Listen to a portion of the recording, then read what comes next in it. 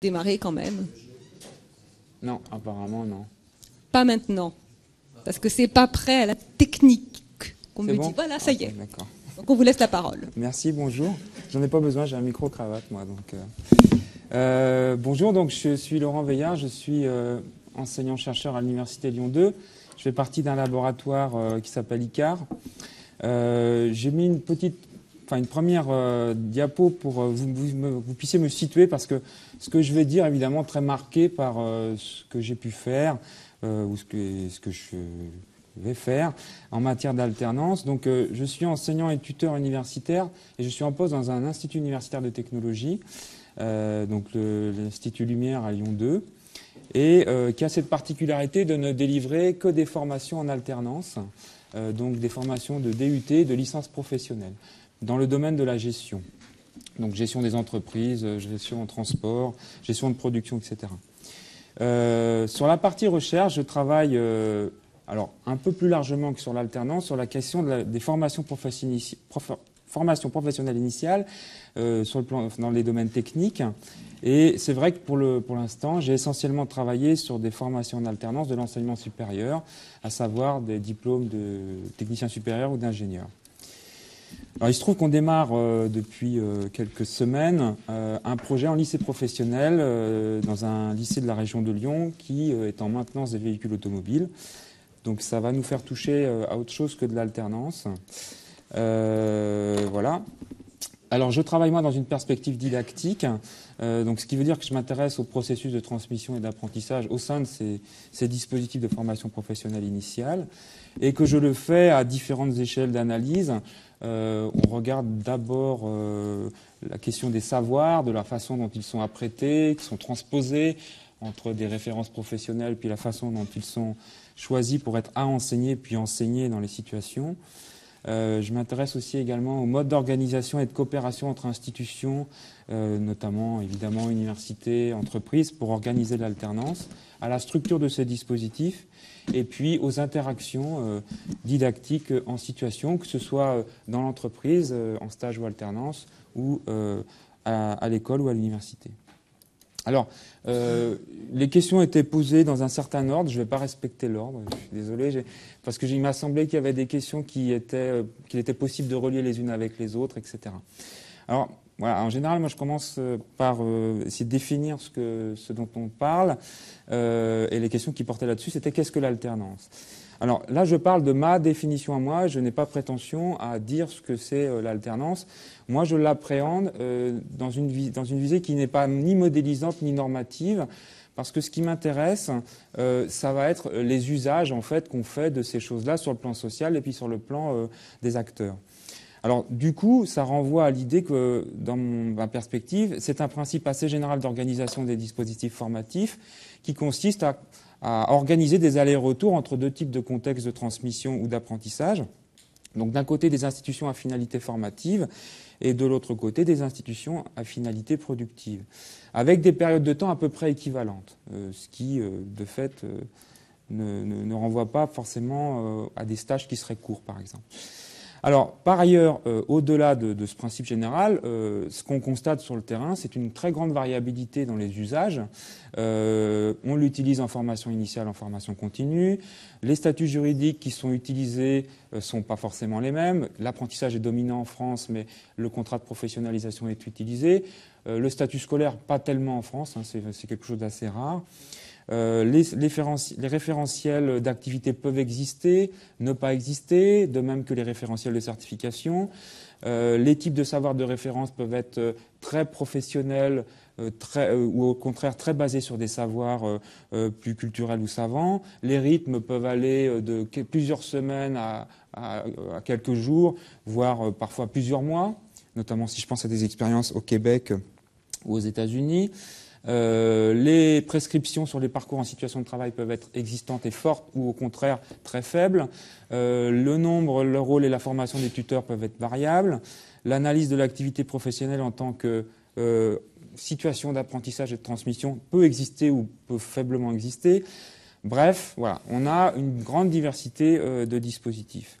Alors moi, ce qui me fait déjà dans une première question que je pose et une interrogation, c'est celle de la pertinence d'un élargissement de la notion d'alternance à plusieurs types de contextes. On constate, et je vais y revenir juste après, une grande complexification des dispositifs de formation professionnelle initiale. On n'est plus simplement sur une dichotomie cours TD d'un côté en classe, en institution éducative, et de l'autre côté, situation de travail. On est dans certains dispositifs, sur une variété entre cours, TD, activité en atelier, activité, projet pour un client, situation de travail. On pourrait, études de cas multidisciplinaires, etc. On pourrait multiplier comme ça les types de contextes qui questionne quand même la question de savoir si aujourd'hui l'alternance n'est pas encore un peu plus complexe que l'aller-retour entre deux types de contextes, mais le passage par une multiplicité de contextes. Alors, première grosse question, la question des tensions. Alors, moi, dans la littérature sur l'alternance, et puis encore dans ce qu'on a écouté ce matin, il me semble que l'alternance est souvent envisagée comme quelque chose d'intéressant parce qu'offrant de nouvelles potentialités pour organiser des apprentissages. On a parlé par exemple du fait que l'alternance génère du désordre et que le désordre est une opportunité intéressante pour apprendre. Alors, par exemple, pour organiser tout un travail d'accompagnement de l'apprenant sur la question de la reprise réflexive de l'expérience et de l'activité, de la reprise réflexive de la trajectoire professionnelle. Et puis aussi comme quelque chose qui, au niveau partenarial, permettrait, notamment chez les enseignants, d'infléchir des pratiques pédagogiques en prenant davantage en compte ce qui peut se passer sur le terrain professionnel. Or, ce qui, moi, m'intéresse plus, mais je ne déconsidère pas que ce type de questionnement, mais ce qui m'intéresse davantage, c'est plutôt les problèmes que ça pose, les nouveaux problèmes que ça pose. Et il me semble que là, on a besoin d'un certain nombre de concepts, notamment de sociologues, pour comprendre qu'est-ce qui se passe dans ces différents contextes et pourquoi ces différents contextes existent.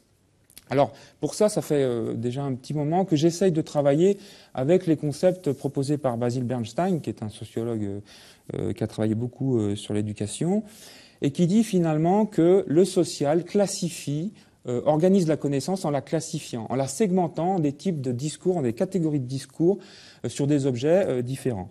Alors, il a fait l'analyse dans le cadre de l'enseignement général, mais c'est quelque chose qu'on peut tout à fait reprendre dans le cadre de la formation professionnelle, en considérant que le social structure donc des catégories de discours pédagogiques et qu'à l'intérieur de ces catégories de discours pédagogiques, on a développé des modalités spécifiques de transmission et d'apprentissage. Alors, c'est les concepts de classification et de cadrage chez Bernstein, mais qui peuvent être aussi valables dans l'entreprise. Simplement, les modes de classification et de cadrage sont différents. La classification va s'opérer en rapport à des rôles sociaux, par exemple. Quand on est ingénieur, eh bien, on a un corps de connaissances dans un service qui est pertinent pour son activité. On a aussi des modes d'accès à ces connaissances qui peuvent être plus ou moins autorisés selon que l'on respecte des règles ou qu'on ne les respecte pas. Et donc, du coup, la question qu'on peut se poser, c'est quid de la traversée des élèves, des apprenants, de ces différents contextes que j'ai énumérés tout à l'heure, qui correspondent à des segmentations, finalement, de types de discours et de modalités de transmission.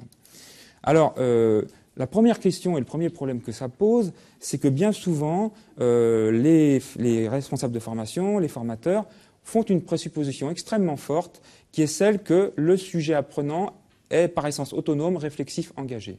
Alors, ça a été dit déjà tout à l'heure, et ça a été posé comme un problème, c'est à l'apprenant de faire le lien entre ce qui se passe dans les différentes situations. Or ça, le problème, si vous voulez, c'est que, par ailleurs, beaucoup d'études depuis un siècle montrent que la problématique du transfert, notamment, est une problématique hautement complexe et difficile pour les sujets. Et que ça renvoie à la fois à l'idée que des savoirs ne vivent pas de la même façon d'un contexte à l'autre. Et ça, notamment en didactique, on l'a beaucoup travaillé avec la notion de transposition didactique. Cette idée que finalement, en passant d'une institution à une autre, les savoirs sont transformés, sont modifiés, ne peuvent pas s'appliquer tels quels. Typiquement, un savoir reçu à l'école ne va pas pouvoir s'appliquer tel quel au travail. C'est aussi ce que discutent par exemple des gens comme Pastré en distinguant des registres épistémiques vs pragmatiques et des passages nécessaires de l'un à l'autre qui nécessitent des transformations. C'est aussi la question des identités et des ruptures identitaires. Je pense en particulier au travail de Marie-Laure Schex, qui a bien montré qu'on est sur des logiques où on a nécessité de recomposition identitaire et que l'alternance met ces identités en crise. Alors, tout ça pour dire que finalement, je pense qu'il y a nécessité de repenser ce problème-là, et en ne le repensant pas à partir du seul sujet apprenant, mais d'un point de vue plus collectif, pour voir comment dans les dispositifs en alternance, on peut travailler la question des transitions. Alors c'est le terme qu'utilise par exemple un psychosociologue qui s'appelle Beach, qui considère qu'à chaque fois qu'on bascule d'un contexte à un autre, d'un enseignement disciplinaire à un autre, de l'école à l'entreprise, de l'atelier au cours, on est dans des logiques de transition complexes qui ne sont pas simplement des transitions cognitives, mais également des transitions identitaires, voire des transitions émotionnelles, des transitions qui renvoient à des façons de parler différentes, des normes langagières différentes, etc. Donc tout ça pour arriver à l'idée que finalement, une proposition que je trouve moi extrêmement intéressante, c'est de considérer qu'on peut essayer de mettre en place, en tout cas de trouver des moyens, de redonner un caractère plus collectif à ces logiques de transition en les instrumentant, en travaillant sur des instruments. Je pourrais donner des exemples tout à l'heure dans la discussion aussi, si on revient là-dessus, mais surtout en les travaillant de manière collective, d'une part dans les cohortes d'élèves, mais aussi avec les formateurs, parce que cette logique de la segmentation, elle est aussi très forte chez les formateurs et ils ont besoin de la travailler. Donc voilà. Donc ça concerne à la fois la transposition des savoirs, mais aussi les questions de rupture, reconstruction identitaire. Alors, autre problème, moi c'est pareil, je pense que je n'y arriverai peut-être pas jusqu'au bout, voilà, je ferai jusqu'à ce que j'ai du temps. La question des normes et du prescrit. Et par rapport à ça, il me semble que plusieurs études montrent qu'on est vraiment dans cette question-là, sur quelque chose qui est assez banal en psychologie du travail, c'est la distinction entre le prescrit et le réel. Et qu'on peut utiliser cette distinction de prescrit-réel à un autre niveau que celui de l'activité, au niveau des écarts entre des prescriptions, des dispositifs, et ce que ça génère en termes d'activité réelle chez les acteurs derrière. Alors, par exemple, je pense au travail, je ne sais pas si Jean Clenet est encore par là, mais au moins, à Mehdi Boudjaoui, qui travaille avec lui, qui a bien montré qu'il y avait des écarts parfois très importants entre ce que prévoyaient les dispositifs d'alternance et puis les usages professionnalisants que pouvaient en faire les acteurs sur le terrain. Par exemple, dans le cadre de la formation d'animateurs sportifs, il montre que ces jeunes-là, ou ces moins jeunes, vont chercher des ressources bien à l'extérieur de ces dispositifs, par exemple en ayant des petits jobs d'animateurs sportifs à l'extérieur de la formation, qui contribuent tout autant que le dispositif à la trajectoire professionnalisante. Alors évidemment, je vous parlerai aussi un tout petit peu de ce que j'ai pu faire moi sur des jeunes ingénieurs et leur parcours en entreprise, où là aussi on voit, dans le cadre d'une école d'ingénieurs qui avait voulu organiser de manière assez précise le parcours en entreprise des élèves, eh bien qu'il y a des différences très importantes entre ce qui est prescrit par l'école, ce qui est finalement traduit par les tuteurs sur le terrain, et notamment via des représentations qui peuvent être très liés aussi à leur propre vécu de formation quand ils étaient jeunes ingénieurs, les manques, etc. Et puis, finalement, ce qu'ils mettent en place comme trajectoire sur le terrain, et ce qu'en font les élèves eux-mêmes derrière, qui peut les amener, dans certains cas, à des types d'expertise qui sont relativement éloignés de ce qu'avait visé le dispositif. Et puis il y a même, moi j'ai même le paradoxe que dans un cas on avait un tuteur qui voulait jouer le jeu de l'école et l'expertise à la fin est très loin de ce qui était attendu par l'école, et dans l'autre cas un tuteur qui ne joue pas le jeu de l'école mais l'expertise finale est très proche de celle que l'école pouvait viser. Donc on voit bien la complexité des écarts entre le prescrit et puis le réel. Et puis je ferai référence aussi un article récent que j'ai pu lire de deux Allemands qui explique qu'actuellement, le système dual allemand se questionne fortement sur sa logique de pilotage par le haut. Alors, je ne sais pas si vous le savez, mais le système dual fonctionne avec des systèmes de référentiel extrêmement précis et poussés qui définissent ce que doit faire chaque type d'acteur dans l'entreprise d'un côté, à l'école de l'autre. Et ils évoluent actuellement vers l'idée, il y a des phases expérimentales dans certaines zones allemandes, vers l'idée qu'il faut sortir de cette logique de prescription par le haut pour développer des logiques plus souples de pilotage sur le terrain en laissant des marges de manœuvre aux acteurs.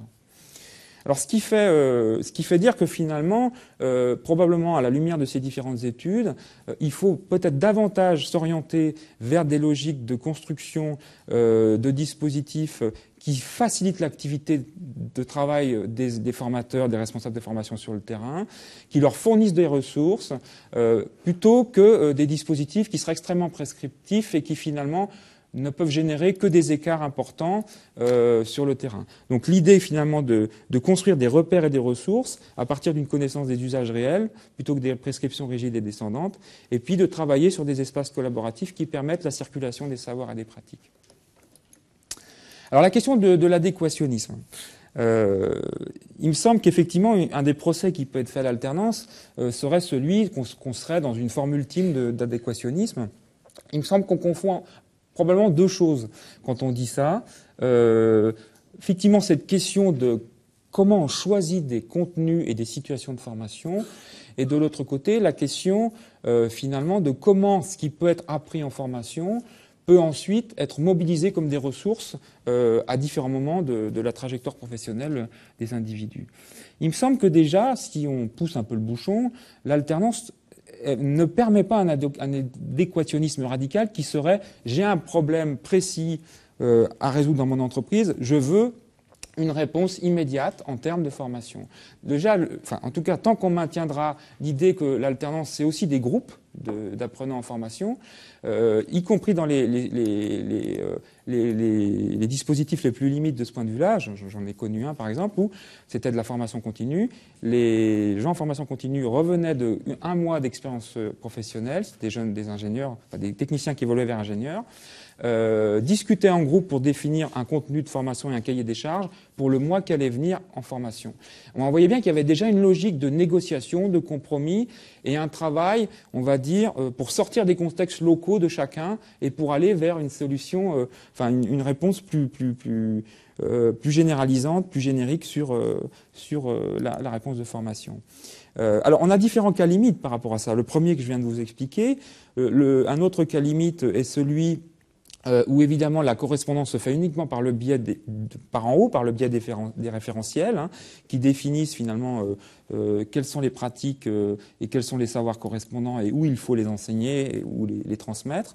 On a également des choses plus modestes, mais que je vois dans mon IUT, où on voit des enseignants, parce qu'ils sont tuteurs, infléchir leurs pratiques pédagogiques en intégrant plus qu'avant ou de manière nouvelle des références à ce qui peut se passer sur le terrain professionnel pour illustrer des éléments de cours, voire carrément, et c'est ce que je fais moi par exemple, en demandant aux élèves d'aller faire des études sur le terrain de leur entreprise, en disant par exemple, je vous enseigne le management visuel dans les ateliers de production, allez voir comment ça se passe dans votre entreprise, faites-moi un petit rapport, on revient, on discute ensemble sur comment ça se passe dans vos entreprises.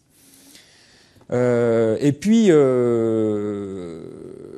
y a aussi cette question finalement de lieu d'alternance où on voit bien qu'il y a un certain problème dans la mesure où ce qui s'enseigne dans le centre de formation ou l'université est carrément déconnecté en termes de référence avec ce qui peut se pratiquer sur le terrain.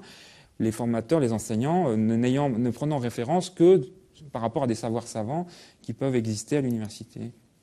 Alors, en même temps, voilà, ça c'est des formes limites qu'on voit bien qu'on peut retrouver au sein même d'un même dispositif, quoi. Certains profs vont fonctionner comme ça, on peut avoir un référentiel, on peut aussi développer dans certains coins de la formation un type d'approche par problème ou préoccupation, etc. Alors, par rapport à cette question de l'adéquationnisme, moi il me semble, mais là je m'exprime peut-être plus sur le plan un peu plus du citoyen, enfin un tout petit peu plus, que ça, mais il me semble que, et c'est un petit peu ce qui a été souligné par Patrick tout à l'heure quand il mettait en évidence le fait que la formation peut aussi avoir un rôle de transformation des pratiques, il me semble qu'on est vraiment au cœur de quelque chose qui me semble très important, qui est qu'il faut maintenir des références en termes de savoir qu'on transpose, autres que les pratiques en vigueur, justement pour aller dans cette dynamique ou cette dialectique entre lieu de formation, lieu de production des savoirs et lieu d'utilisation des savoirs. Ouais, j'ai bien vu, ouais. J'ai bientôt fini, de toute façon. Que là, on a un enjeu, notamment, alors par exemple, des gens comme les Scandinaves, Engelström, par exemple, distinguent expertise verticale et expertise horizontale. L'expertise verticale étant quelque chose de très, enfin, une expertise qui se construit par on va dire, expertise de plus en plus pointue dans un domaine très précis, expertise horizontale étant la capacité à faire des liens entre des contextes différents, écoles, entreprises, lieux de recherche, etc.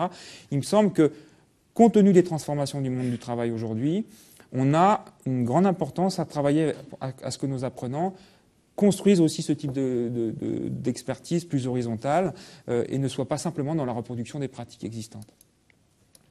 Alors, je crois que c'est ma dernière diapo, si j'ai bien. Pour ce qui concerne le poids des aspects légaux et administratifs, je me référerai à l'institution dans laquelle je travaille et aussi aux échos que je peux avoir par ailleurs. Il me semble que, de ce point de vue-là, les organisations qui sont créées, qui à la base ont été créées pour faire de la formation classique, je pense à des IUT qui font principalement de l'enseignement académique, avec juste quelques semaines de stage, l'expérience montre qu'ils sont souvent mal adaptés à l'alternance. Pourquoi ? Ben parce que, et par contraste avec ce que nous, on a mis en place, notre IUT est né du projet de faire de l'alternance. Donc, à calibrer d'entrée toute son organisation autour de cette idée-là. Et calibrer, ça veut dire quoi ? Ça veut dire, par exemple, avoir dans l'organisation du département, pas simplement 2 acteurs, comme c'est la plupart du temps le cas dans les IUT, mais 3, le chef de département, le directeur des études et un responsable du partenariat avec les entreprises qui va être chargé de trouver les entreprises, d'accompagner les tuteurs dans la formation, etc. Et il a une égale importance du directeur d'études dans l'organisation. C'est aussi un service central de communication et de relations entreprises qui est parfaitement informé de comment fonctionnent les contrats d'apprentissage, de comment le relais doit se faire avec Formasup chez nous, et qui s'est professionnalisé du point de vue de sa communication vers l'externe. Et c'est important, ça, quand on accueille des tuteurs, parce que quand on les accueille et qu'on est capable de déployer des éléments de qualité d'accueil qui sont équivalents à ce qui existe dans les entreprises, on a une crédibilité renforcée par rapport à ce qu'on peut faire. Et puis, c'est aussi la capacité à négocier sur des procédures à l'ensemble de l'établissement et de gestion qui vont nous faciliter la vie en termes de fonctionnement. Voilà. Et je terminerai juste sur l'idée que notre CFA Formasup, duquel on dépend, par rapport à la question de la professionnalisation, lui a défini une politique très claire par rapport à cette logique-là, c'est l'alternance comme moyen de professionnalisation sur là où les dernières années de formation. Notre système, par exemple, fonctionne en 1+1. Première année, les élèves sont en formation académique et en statut d'étudiant. Deuxième année, ils basculent en contrat d'apprentissage.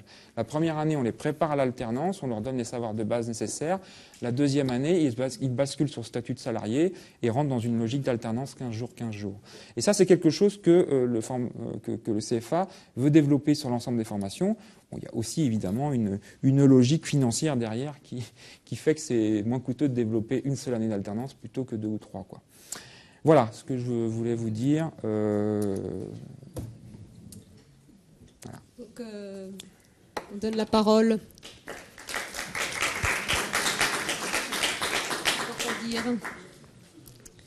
Il y a fort à dire dans ce que vous avez.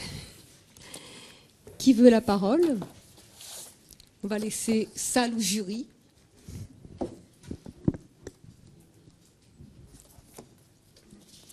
Jeanne ? Voilà. Une question peut-être sur vos derniers mots qui ont été nécessairement courts, donc merci de l'aspect synthétique. Mais c'est sur la manière dont vous mettez en œuvre l'alternance avec une année de préparation à l'alternance. Donc ça m'évoque, enfin, vous pouvez rebondir en termes de questions, mais peut-être 2 choses, mais peut-être il y en a d'autres derrière. D'une part, qu'on ne devient pas apprenti si facilement que cela. Alors c'est peut-être lié à un contexte, hein, vous me direz, enfin un contexte et à un niveau de formation, mais je pense qu'il y a derrière ça une idée qu'on oublie souvent, c'est que on a souvent réservé l'apprentissage aux niveaux les moins qualifiés. C'est d'ailleurs quelque chose qui reste aussi avec l'idée que l'apprentissage, ce serait peut-être pas plus facile, mais oui, pour ceux qui réussissent pas bien du côté académique, alors que, bon, d'un autre côté, c'est peut-être un autre extrême, on parle de l'apprentissage comme une voie d'excellence, quel que soit le niveau d'ailleurs. Pourquoi ? Parce qu'il y a des difficultés inhérentes à justement à ces transitions qui sont peut-être multipliées du fait des changements de lieu, voilà, et qui justement pour certains, quand on est jeune, justement, ça crée plutôt des lieux différents et donc des occasions encore de morcellement plus grands et plus difficiles à supporter et à assumer peut-être. Voilà. Alors donc une année préparatoire, est-ce que c'est justement parce que il y a besoin de se préparer comme à quelque chose qui requiert de la part de celui qui apprend des compétences spécifiques? Est-ce que c'est lié à pour d'autres raisons, d'autres causes?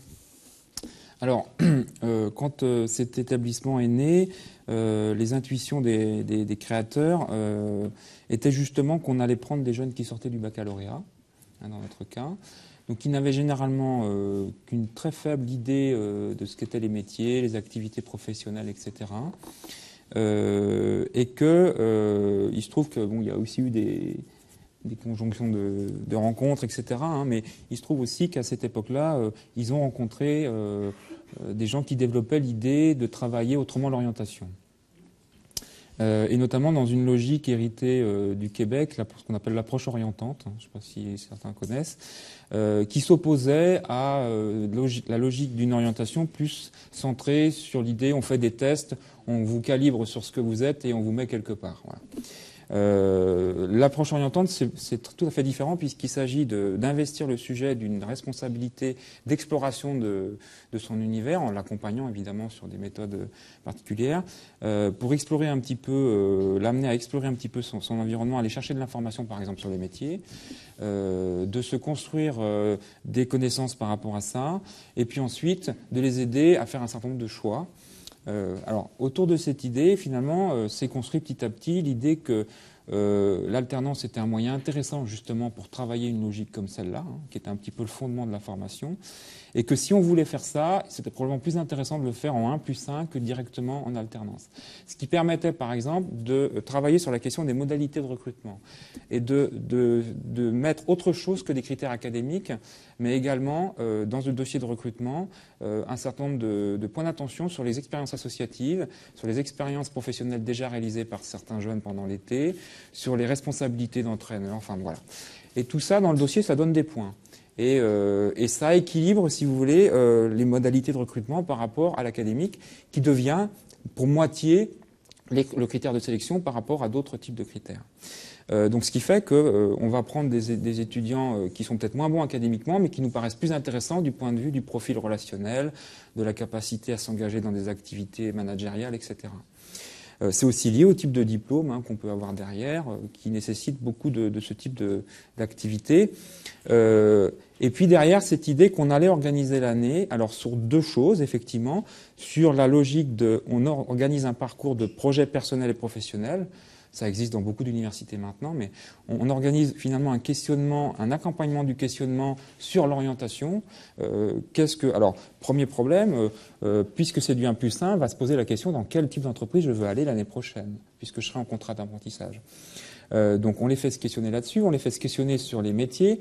On fait un travail aussi qui nous semble intéressant, qui est de faire émerger également des fantasmes ou des rêves par rapport à des métiers qu'on n'a pas pu faire, mais voilà, dont on n'a pas forcément fait complètement le deuil, etc. Donc, par exemple, on autorise des élèves à aller interroger un médecin pour savoir ce que c'est que ce métier-là, et puis pour se rendre compte que c'est peut-être pas aussi idéal que ce qu'ils avaient pu faire. Donc il y a un travail de ce type-là. Il y a un travail également où on les aide à rechercher un petit peu les entreprises, à travailler un CV, enfin toutes les techniques de recherche d'emploi. Et il y a un stage de cette semaine à la fin de la première année qui permet de tester mutuellement, se tester mutuellement entre l'entreprise et l'apprenti, quoi. Enfin, et le futur apprenti. Et donc ça, ce processus-là va permettre finalement, effectivement, probablement, j'ai des collègues qui étudient un peu ça, un processus de socialisation vers la position d'apprenti, quoi. Et puis parallèlement, il y a cette idée, alors qui est peut-être moins évidente, mais où les enseignements, on a des possibilités d'aménagement un peu des programmes, on bascule un certain nombre d'enseignements qui nous paraissent les plus essentiels pour développer une culture de base au point de vue technique, de manière à ce que le travail en entreprise puisse commencer avec ce vocabulaire de base sur le plan technique, quoi. Donc voilà pourquoi est-ce que, et effectivement, si j'adhère complètement à ce que vous dites, sur qu'on ne devient pas apprenti ou alternant comme ça, je pense que c'est quelque chose qui se construit. On a choisi cette modalité-là qui fonctionne bien. Il y en a certainement d'autres, mais voilà, quoi. Oui, j'aurais enfin, je ne sais pas si c'est une question qui vaut le coup d'être posée, mais je la pose quand même. Tu dis au départ, tu donnes une définition assez large de l'alternance et pas classique. Hein, consiste à dire qu'on parlera d'alternance quand il y a une diversité de dispositifs dans une perspective de formation professionnelle avec un effort pour se rapprocher du travail. Enfin, c'est à peu près ça. Ça va? J'ai dit que c'était une question pour moi qui n'était pas tranchée. Ouais. Voilà. Alors, bon, moi, je trouve ça intéressant. Peut-être que c'est en fonction aussi du niveau de formation dans lequel on réfléchit. Mais si on admet cette idée-là, que de plus en plus, on a une diversification des dispositifs de formation à l'intérieur d'un programme de formation, on a des trucs de l'analyse de pratique, enfin, des distances plus ou moins grandes du travail. On perd la belle simplicité entre, d'un côté, le travail, de l'autre, l'instruction, la formation, etc., des savoirs d'un côté, d'un autre type de l'autre, etc.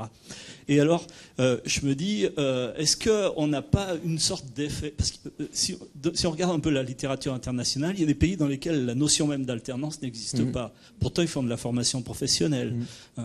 Si tu veux publier un article en anglais sur l'alternance, tu faut pas mettre mal de chiens. Hein. Et on met plutôt l'accent sur l'apprentissage intégrateur ou intégratif. Oui. Bon. Et je me demande si la notion même d'alternance peut pas être aussi, d'une certaine manière, porteuse d'un certain nombre de difficultés qu'on analyse sous l'étiquette de l'alternance par un effet comme ça de dualisation. Enfin, c'est un petit peu ce que j'ai justement voulu montrer, c'est que il me semble qu'on est, enfin, si on considère que si on élargit la définition de cette manière-là. Hein, et c'est vrai que je pense que je suis assez influencé par ce que je peux lire sur le plan international. Hein. Ce qu'on voit dans d'autres pays, c'est les notions de workplace learning, work-based learning, cooperative education, et tout ça. Alors c'est déjà un maquis au départ pour s'y retrouver. Hein. Faut voir que cooperative education, c'est quelque chose qui s'est développé en Amérique du Nord, aux États-Unis, puis au Québec, à l'université de Sherbrooke, on fait de l'enseignement coopératif depuis plus de 40 ans, par exemple. C'est quoi l'enseignement coopératif? C'est de fait effectivement de l'alternance, mais sur des logiques semestre-semestre. Après, il y a des proximités qui peuvent être assez fortes avec ce qu'on peut faire en France. Qu'est-ce que c'est que alors, l'alternance dans le secondaire, dans la littérature anglo-saxonne, on parle d'apprenticeship en général. Quand on parle de work-based learning, on est sur de l'alternance dans le supérieur. Quand on parle de workplace learning, on est plutôt sur l'apprentissage au travail par des gens en poste salarié. Voilà, on a tout un vocabulaire comme ça qui est complexe à appréhender. Bon, en tout cas, j'ai mis du temps à comprendre. Mais quand même, dans toute cette galaxie de choses, on voit bien que ce soit sur le plan des grandes organisations internationales, que ce soit sur le plan effectivement des questions que se posent les acteurs, on voit bien qu'il y a aujourd'hui probablement un modèle scolaire très en crise, mis en crise notamment par les transformations profondes du monde du travail aujourd'hui. C'est-à-dire que notamment cette idée que l'expertise de type vertical ne suffit plus. Et que si on veut développer des économies de la connaissance, comme certains l'affichent, il faut pas simplement former des gens très pointus dans des domaines, mais qui seraient dans la difficulté à communiquer avec d'autres types d'experts, mais il faut au contraire des gens qui vont être capables aussi de faire des liens, des médiations entre différents types de contextes de travail, entre des départements différents. Alors, dans les entreprises, ça existe déjà. On parle par exemple d'ingénierie simultanée dans les modalités de conception. Par contre, ça existe encore de manière assez rustique dans la relation entre les lieux de formation et les lieux de production. Et c'est là que beaucoup de travaux mettent l'accent en disant comment on peut faire pour que ces lieux de transmission qui se sont construits sur le plan historique de manière assez particulière, notamment par une division du discours, des discours de savoir en catégories. Par exemple, quelqu'un comme Jack Goody dit que les grandes catégories de savoir ont été établies sous Aristote. Elles n'ont plus trop bougé après derrière. Derrière, qu'est-ce qui s'est passé également? Au XVIIe, XVIIIe siècle, on a inventé aussi la forme scolaire d'enseignement, qui a été extrêmement prégnante et qui a consisté finalement à décomposer des groupes d'individus en niveaux, à décomposer, à reprendre cette idée de discipline, et puis ensuite chaque discipline a construit des modalités singulières de type de transmission. Et on voit bien que ce modèle-là, il est en crise parce que justement, on appelle à des logiques plus transversales, plus horizontales de circulation des savoirs. Et du coup, on voit bien qu'il y a des tentatives pour justement, alors on parle de connectivity dans la littérature anglo-saxonne, pour essayer de penser des pédagogies intégratrices. J'étais il y a peu de temps à Genève autour de quelqu'un qui s'appelle Tinjala, qui est une chercheuse finlandaise et qui développe des pédagogies de ce type-là. Qui ressemble un peu à ce qu'on a pu dire ce matin, par exemple, etc., mais dans une autre type de tradition, qui est plutôt la tradition anglo-saxonne. Et je crois qu'on n'a pas intérêt à rester entre Français. On a vraiment intérêt à nous confronter aussi à ces chercheurs-là, à montrer que nous, de notre côté, dans l'espace francophone, on a pas mal réfléchi sur des choses comme ça, mais qu'il faut aller au contact et à la rencontre pour penser ces problématiques de la complexité des espaces de formation. Alors moi, ce que je proposais tout à l'heure, c'est une piste aussi qui vaut ce qu'il vaut, mais qui est celle qui me semble qu'il faut sortir de la logique individuelle, de travailler uniquement sur le sujet, mais qu'il faut probablement travailler aussi sur des dispositifs qui génèrent de l'activité collective, pas simplement des élèves entre eux, mais aussi des élèves avec leurs enseignants, quoi. Alors j'ai un exemple qu'on développe actuellement dans un de nos départements en statistique et traitement informatique, où on s'est dit comment est-ce qu'on pourrait améliorer la mobilisation des savoirs enseignés sur le terrain professionnel. Alors qu'est-ce qu'on a fait? Eh bien, on a travaillé avec les formateurs à construire un outil qui est assez rustique finalement, qui est une typologie de mission ou de tâches d'un côté, qui met en relation des types de savoirs de l'autre. Alors vous allez me dire, ça ressemble à un référentiel, ou ce qu'on fait avec les référentiels. Pas tout à fait, parce que on a construit cette typologie à partir des missions des apprentis. C'est pas à partir de ce que nous disent les professionnels sur ce que sont les pratiques. En soi, ce dispositif ne résout rien, parce que c'est pas parce qu'on sait que tel type de savoir pourrait être a priori pertinent pour telle pratique qu'on a résolu le problème de sa transposition à la pratique. Mais par contre, quand on travaille avec les acteurs, qu'on arrive à introduire et à légitimer le fait que c'est un problème vraiment important avec eux, et que d'ailleurs ça renvoie à des préoccupations qu'ils peuvent avoir, et que ensuite on donne un outil qui finalement permet, alors les anglo-saxons parlent aussi de boundary object, c'est-à-dire de type d'objet qui va faire du lien entre des espaces sociaux différents. C'est pas tant l'objet en lui-même qui est important, c'est sa capacité à faire du lien. Et avec ce type d'objet, qu'est-ce qu'on fait? Par exemple, on demande au maître d'apprentissage de dire, alors vous avez donné ça à faire à votre apprenti, à quel type de mission ça correspond dans notre typologie? Donc ils vont faire un travail de classification, et puis ensuite on leur dit, voilà, nous on pense que tel et tel type de savoir enseigné sont a priori pertinents. Alors qu'est-ce qu'on constate? On constate d'une part que c'est pas simplement un choix de savoir enseigner sur lequel il se positionne, mais c'est également une réaction du type « Ah, mais je savais pas qu'il pouvait faire ça et ça aussi, mon apprenant ». Donc on a une mise à disposition d'un modèle, on va dire, des types de missions qui peuvent être réalisées en entreprise, finalement qui restaient cachés ou mal informés du point de vue du maître d'apprentissage. Et puis il y a aussi après des discussions sur « Ah bah oui, telle méthode pourrait être intéressante, mais il faudrait qu'on voit comment on peut la modifier pour l'adapter ». C'est plus simplement le problème de l'apprenti, c'est le problème des deux tuteurs, de l'apprenti, voire même de l'enseignant qui est sollicité derrière si l'apprenti n'a pas compris, quoi. Et on est en train de créer comme ça une dynamique qui, nous semble-t-il, est intéressante pour basculer vers des logiques plus collectives. Je voudrais revenir sur une dynamique qui était clairement posée dans l'exposé, qui est celle, c'était posé dès le point 1, sur les retours entre institutions à finalité productive et formative. Or, il me semble que là, on est au cœur de l'alternance, qui est toute la question de l'articulation entre une logique qui est celle de l'apprentissage et qui est celle d'un espace protégé, ouais. Ce qui veut dire, quand on est en formation, le droit à l'erreur, et d'autre part, la logique de production, qui est une logique à la fois d'efficience et d'efficacité. Et donc ça renvoie pour moi, dans cette logique d'alternance, à toute la place de l'erreur, non considérée comme échec, et notamment quand on est confronté à un public fragilisé qui a vécu différents échecs déjà auparavant, notamment dans le modèle scolaire. Voilà, je ne sais pas comment. Donc la question tourne autour de la place de l'erreur et la possibilité... Sur cette question d'articulation, parce que par exemple, Boltanski et Thévenot ont bien décrit les différents mondes, les différentes cités, mais ici on est dans un problème d'articulation entre la finalité productive et la finalité d'apprentissage. Alors, par rapport à cette question de l'erreur, il me semble que, enfin, là encore, c'est par rapport à des études que j'ai en tête qui me semble que je réagis, mais il me semble qu'il faut sortir de l'idée que d'un côté, il y aurait l'espace protégé où l'erreur serait permise, et de l'autre côté, il y aurait l'espace où la tension productive serait en permanence et empêcherait l'erreur. Ce que montre, par exemple, le travail que fait Laurent Fiettaz à Genève, c'est qu'il est possible, dans certaines conditions, et ce que montre aussi quelqu'un comme Stephen Billett, un Australien qui travaille beaucoup sur le workplace learning, c'est qu'il est possible, à des moments donnés, de suspendre cette logique productive, y compris sur l'espace de travail. Pas toujours, hein, bien sûr. Hein. Moi-même, dans ce que j'ai pu étudier, on voit bien qu'il y a des moments de relâchement de cette tension productive qui peuvent permettre, notamment aux maîtres d'apprentissage, de faire leur boulot de transmission et d'aménager des espaces didactiques au sein même des milieux didactiques, hein, au sein même du lieu de travail.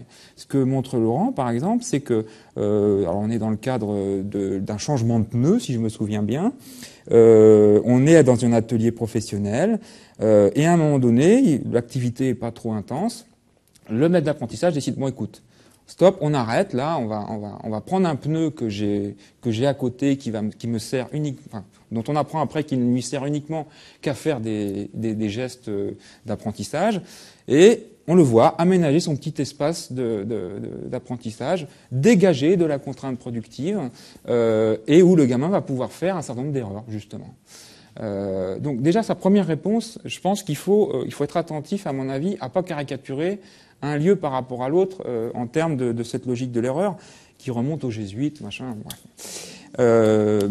Alors après, malgré tout, ça me permet d'aborder aussi la question de qu'est-ce qu'on peut apprendre en entreprise et qu'est-ce qu'on peut pas apprendre. Alors, je pense par exemple à ton travail, Patrick, hein, sur le type de situation, ce qu'elles permettent, ce qu'elles permettent pas, que dans certains cas c'est plus intéressant d'aller faire de la simulation que de rentrer dans les situations. Quelqu'un comme Billett aussi a beaucoup travaillé là-dessus, et tous les gens du workplace learning, et montrent que finalement les situations de travail, leur problème, c'est qu'on ne peut apprendre que ce qui s'y passe, quoi, grosso modo. Hein. Or, il s'y passe parfois des choses très répétitives. Donc ça peut poser un problème de diversité des types d'apprentissage. Il peut s'y passer des pratiques impropres, c'est très fréquent. Par exemple, des choses racistes, enfin des dialogues racistes, des entorses à la sécurité, à l'hygiène, etc., etc. Or, ce qu'on voit bien, c'est quand on plonge des jeunes dans des univers, dans des communautés de pratique, comme ils peuvent dire, eh bien, c'est pas simplement les bonnes choses qu'ils apprennent, c'est tout. Et que derrière, il y a effectivement à réfléchir sur finalement ce qui peut être appris, ce qui peut ne pas être appris, ce qui est de bons apprentissages, ce qui serait de moins bons apprentissages. Ça pose aussi la question d'apprentissage qui seraient des apprentissages traditionnels, mais qui seraient inadaptés dans la perspective d'une évolution du métier à 2 ans, 3 ans, 5 ans, 10 ans.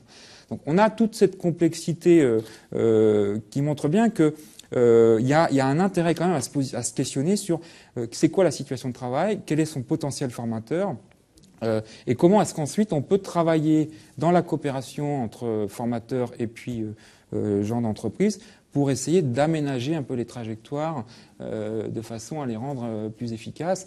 Alors, il y a aussi le fait que beaucoup de gestes professionnels requièrent a priori une connaissance des choses, quoi, hein, et que certains dispositifs seront peu explicites du point de vue de leur mode de fonctionnement. Dans le travail que j'ai fait, je pense que j'ai montré, puisque je suis pas le seul, hein, que les dispositifs de type production chimique sont extrêmement compliqués. On appelle ça des process continus, par rapport à des process de type discontinu qui se donnent plus facilement à voir et à comprendre. Voilà, on a toute une série de choses qui, à mon avis, militent pour le fait qu'il faut investir cette idée de l'apprentissage par le travail, bien évidemment, mais il faut probablement pas la laisser uniquement aux gens dans l'entreprise, mais se poser des questions de manière collaborative avec les formateurs également, quoi.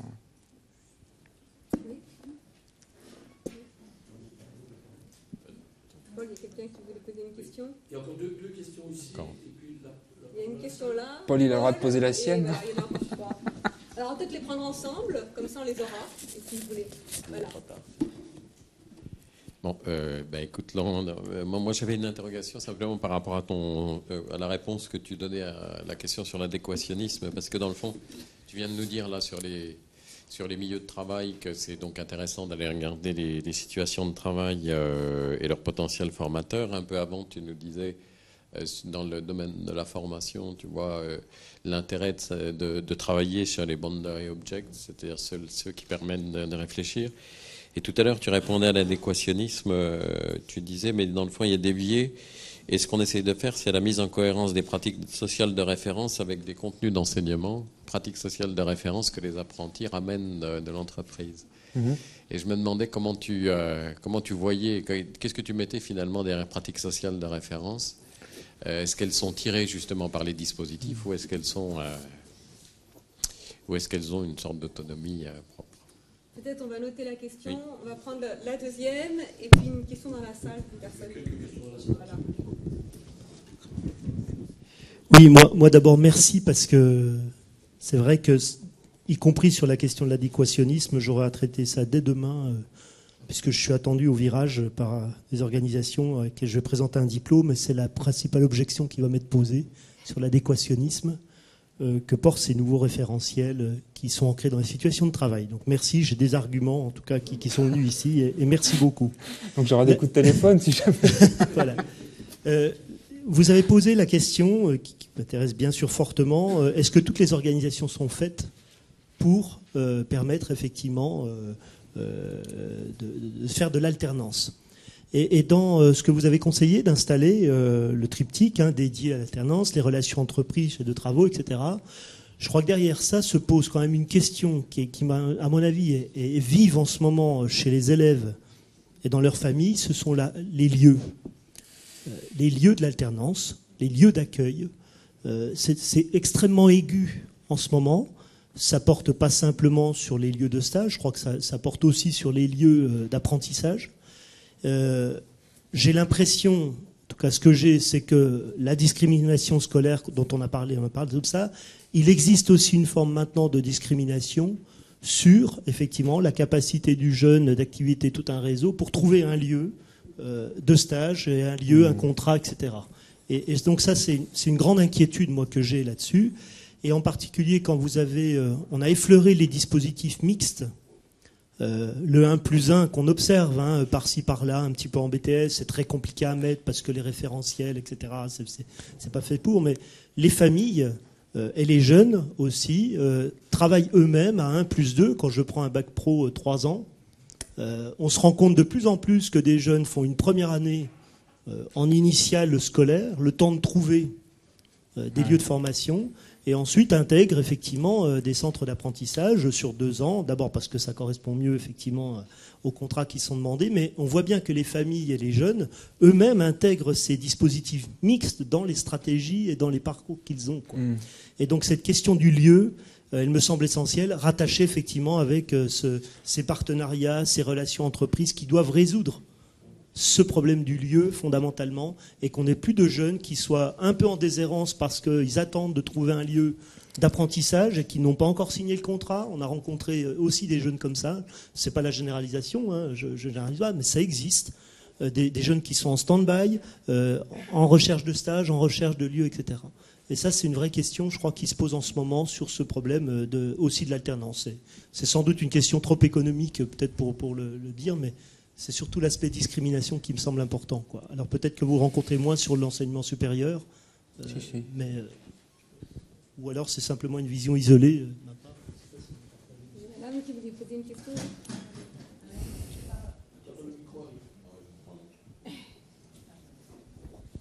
Oui, c'était pour revenir un petit peu sur cette idée de travail collaboratif instrumenté dont tu as parlé tout à l'heure, et dont vous avez parlé tout à l'heure, excusez-moi. Pas de problème. Et donc, ça me fait penser donc, dans ce travail d'accompagnement en ESAT, donc, où il y a quand même de plus en plus l'idée de productivité. Hein.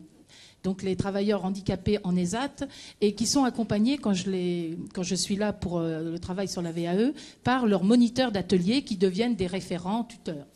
Et il s'instaure très rapidement dans le compagnonnage ou dans la parité ou dans ce que vous appelez l'expertise horizontale, avec l'analyse de l'activité et le questionnement des spécifications, des moments où c'est le tuteur lui-même qui va inventer des instruments pour permettre à l'apprenant de rentrer aussi en formation, parce que la VAE, c'est aussi de la formation. Et par exemple, ils vont questionner en demandant aux travailleurs, par exemple, dans le bâtiment, sur le bois, d'apprendre le nom des différentes parties, parce qu'ils disaient toujours truc, machin, d'apprendre mortesse, tenon, etc. Donc, ils vont inventer des systèmes dans l'atelier, où vont le questionner au moment du travail. Et puis d'autres instruments, comme ils vont inventer des sortes de jeux pour permettre à l'apprenant dans le livret de VAE d'être capable de comprendre ce que c'est qu'un plan, autrement que dans le travail au quotidien de l'atelier. Et ça, ce qui est formidable, c'est que comme il y a un travail collaboratif et une expertise horizontale, l'outil instrument que j'utilise au départ, ils finissent par l'utiliser aussi avec leurs travailleurs dans l'atelier, c'est-à-dire le questionnement sur l'activité. Et après, donc c'est un vrai travail collaboratif qui est formidable. Enfin, je voulais juste témoigner de ça, et que je suis tout à fait partie prenante dans ce que vous disiez. Il y a d'autres questions en tête. Déjà, il y en a pas mal là, entre les pratiques sociales de référence, les modes d'adéquation avec l'alternance. Il y a pas mal à répondre. Alors, sur la question des pratiques sociales de référence, c'est vrai que moi, je l'ai principalement utilisé au niveau institutionnel, c'est-à-dire dans la façon dont on construit des référentiels.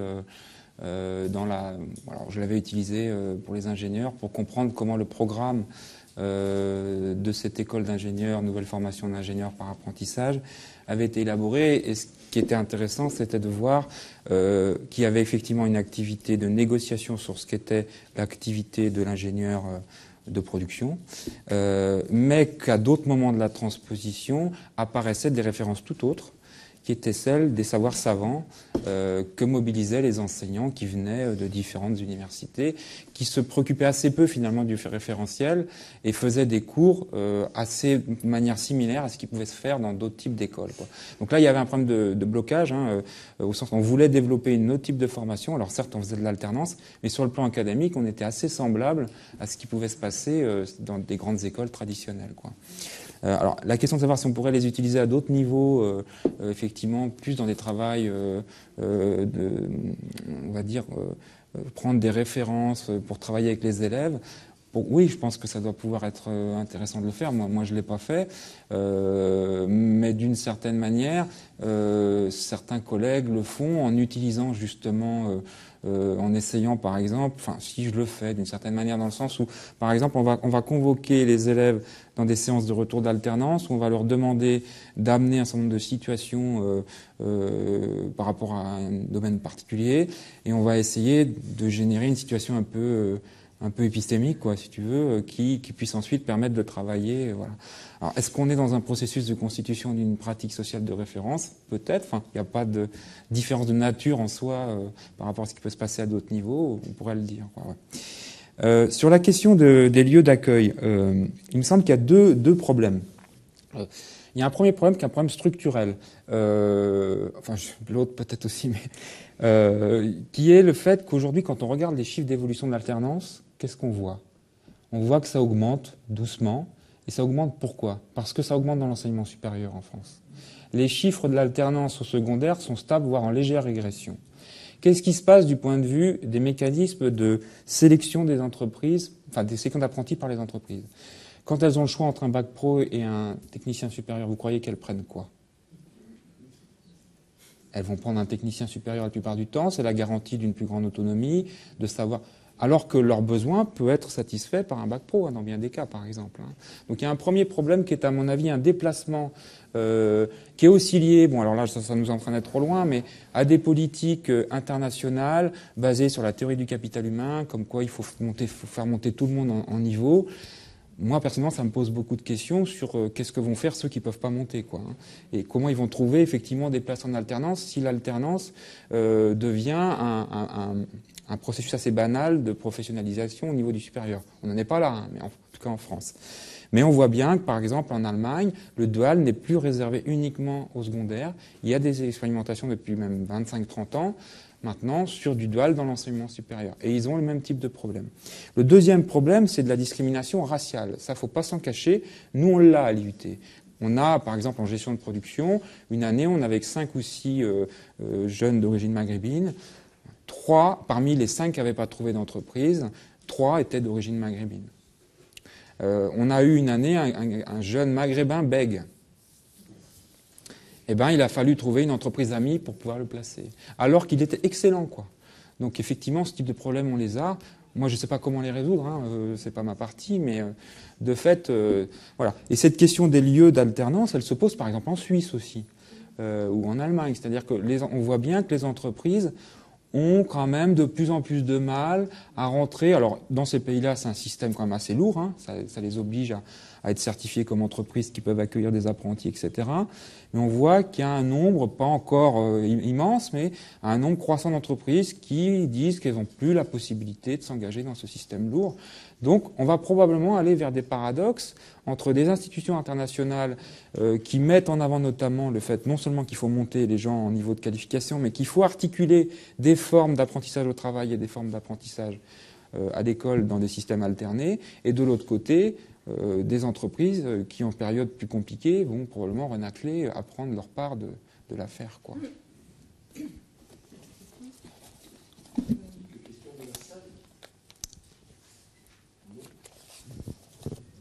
J'en aurais bien une, c'est que souvent on parle, vous avez parlé du modèle de crise de l'apprentissage. Enfin, quand on vous entend, il y a la question de la crise quand même de l'emploi et des modèles et des conséquences sur les modes d'apprentissage. C'est-à-dire que c'est bien parce que la question de l'emploi aujourd'hui se comprend dans une complexité plus grande que ces questions des modalités d'apprentissage émergent avec force, notamment dans le supérieur. Voilà. Et pour lesquelles il n'y a pas d'études, enfin, il y en a une très petite, mais qui n'est pas forcément significative, sur le devenir de carrière des personnes qui ont fait leurs études en alternance. Parce que dans une étude que j'ai bien connue, dans une entreprise que j'ai bien connue, on voyait que l'embauche était plus facile pour les personnes qui étaient passées en alternance, mais que le déroulement de carrière de la personne qui était passée en alternance était plus complexe, et grimpait moins que celui qui avait fait une étude complètement à l'université. Donc, il y a des points d'ombre là-dessus.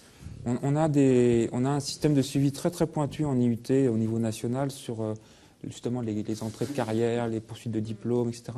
On a une différence très significative quand même sur effectivement l'entrée, la durée, le temps qu'il faut pour un jeune pour trouver un travail qui est beaucoup moins long. Je crois que c'est 3 mois pour quelqu'un en alternance qui sort de chez nous.